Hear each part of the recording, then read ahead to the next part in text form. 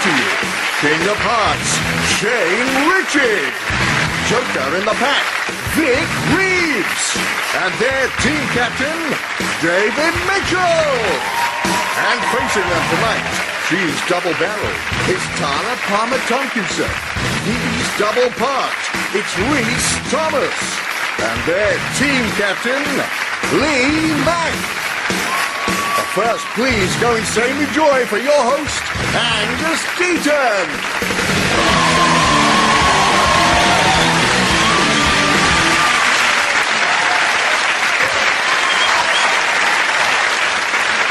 Good evening and welcome to Would I Lie to You, the show that has all the honesty of a GMTV phone-in. These days we sometimes say that lying is being economical with the truth, although being generous with the bullshit is another way of putting it. Some have built careers on being brutally honest, like Simon Cowell, for example, so likely signs that someone's telling the truth would be if they pull their trousers up to their man breasts and have their hair cut by the council. Which brings us to our first round, Home Truths, in which one of our panellists reads out a statement about themselves and the other team applies these sort of dubious decision-making skills that's led them to appearing on this show to establish if it's true or not. Remember, as they turn over the card, the panellists have no idea whether they'll be confronted with a familiar home truth or a brand new lie, as Shane will now prove. Shane, OK. Shock us all. Here we go. I missed a visit from George Michael because I was eating at a harvester. Right, truth or lie, Lee's team? Can you slightly expand on that story? Now, what it was about 3 years ago, and I think it was I think George Michael was going to be paying a visit to Albert Square. I wasn't there because I was having an unlimited salad and a free bread roll. Not to be confused with Toby Carvery, because you don't get an unlimited salad there. And I missed his visit. I honestly thought Toby Carvery was one of the actors in EastEnders. Am I getting confused there? You're thinking of Todd Carty. Oh, that's it. Yeah. What was he visiting for? To be honest, I think he was celebrating his 40th birthday. What, by visiting Albert Square? No, he was a big fan of the show. And he was hoping to come and meet Cat and Alfie, as we call it, and Jessie was there who played Cat, and I wasn't there that day. Did he definitely visit Albert Square, or was he just, like, driving around off his face, parked the car... Yeah, exactly. Confused it with Hampstead. Yeah, yeah. No, he might have been off his face when he made the appointment, and then decided that he ought to honour it. Lee, I'm going to have to push you for an answer. I think he's telling the truth. I can see George Michael getting a big fat spliff, go to Albert Square, him going to Harvester, and off we go. I'm actually surprised you've heard of Harvester Towers, to be honest. I'm just pretending I know what it is. But you are the team captain, Lee, so what's your decision? I think that could be true, actually, because Shane's like, in the nicest possible way, you're like the kind of bloke that would eat at Harvester. No, not in a nice way. I would, you would, David wouldn't, would he? I have been to a harvest, yes. You went as an experiment. You didn't go for lunch, you sort of went, it'd be like going to the zoo for you, wouldn't it? No, I had lunch there. OK. Right. You know, Unlimited sorry salad? if that doesn't, you know, conform to your views of me as some kind of scientist duke bastard. OK, well, what do you think, Reece? I think it's true, actually. Yeah, we all all think that's saying true. We'll go for true. OK, they're saying true. Shane, put us out of our misery. It is, in fact, true! Well done. Congratulations, it is true. Shane did miss a visit from George Michael because he was eating at a harvester. Last year, George Michael was found off his face on drugs, slumped in a car in Hyde Park. It's come to something when exposing yourself in a public toilet was the good old days. So our next revelation, Reece. My bed used to belong to John Nettles. From Bergerac. From that John And Nettles. from Midsummer Murder. Where did you get the bed? From John From Nettles? John Nettles. Oh, no, how, what, did you come round to the house and say, listen, you don't know me, I actually but... ordered it. For fun, I got lots of famous detectives' items from eBay. So I got John Nettles' bed. Yeah. I got Morse's, foot spa. Taggart's death certificate. Didn't get it. I know this is a lie because only yesterday I was on eBay looking for Poirot's tumble dryer and I couldn't find any detective stuff anywhere. I got him. It's because I got him.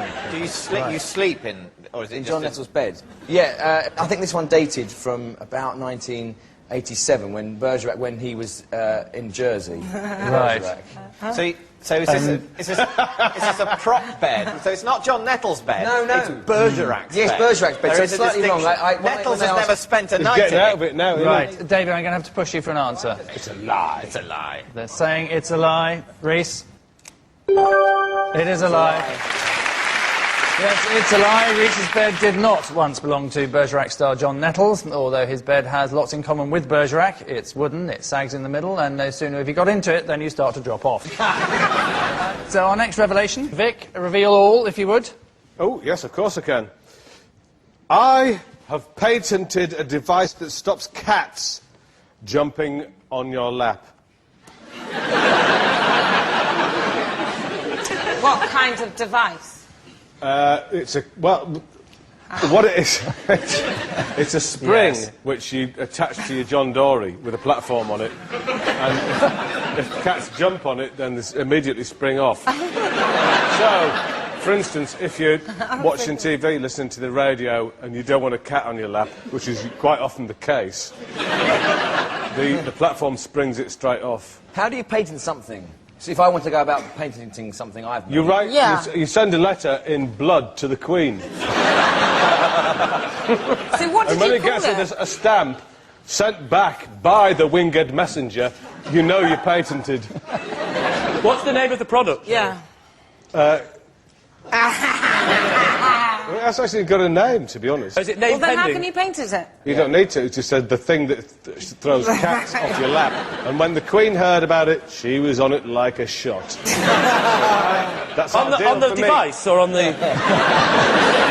Does it come in a box? Well, it actually hasn't been. To be honest, it hasn't. It's not out yet. I sent it off. It hasn't been patented. Oh, so the bit where you said you patented it. Patented, yes, but pat pending. Oh, it's pending. Okay. I've got a lot of things that are pat pending. My eel tube, for instance. What's an eel tube? Well, an eel tube is. So it's basically it's a cardboard tube like that you can. So you put the eel down one end, and the amazing thing is, Yeah. it comes out the other end. Brilliant. And that's the brilliant part. Right. Is that Pat pending? Pat hasn't replied yet. OK, what are you veering towards? What do you think, Tara? I'm going to just say whatever you say. Oh, OK. Take all your clothes off. Well, I think it's a lie. I think it's a lie. That's a lie, do you Lie. think? What do you think, Rich? Terrible lie. Terrible. OK, Not they're even saying an it's not attempt just at a lie, but it's a terrible lie. Yes. Tell us immediately. It's a lie. It's a terrible It is a terrible lie. Vic has never patented a device that stops cats jumping on your lap. In fact, there already is a patented device to stop cats jumping on your lap. It's called a dog. And so, with all the serenity of a beached whale, we move on to round 2, the Ring of Truth, in which I liberally throw out top-drawer celebrity trivia for the panellists to declare if the fact has the whiff of truth or the grim odour of falsehood. Lee's team, some Blue Peter action for you. Think of rabbits and most people think of carrots. Think of carrots and most people think of food. Until now, because for one group of children from West Hampstead in London, the common carrot, not to mention the plain old parsnip, has found a new use. And what a turnip for the books it is!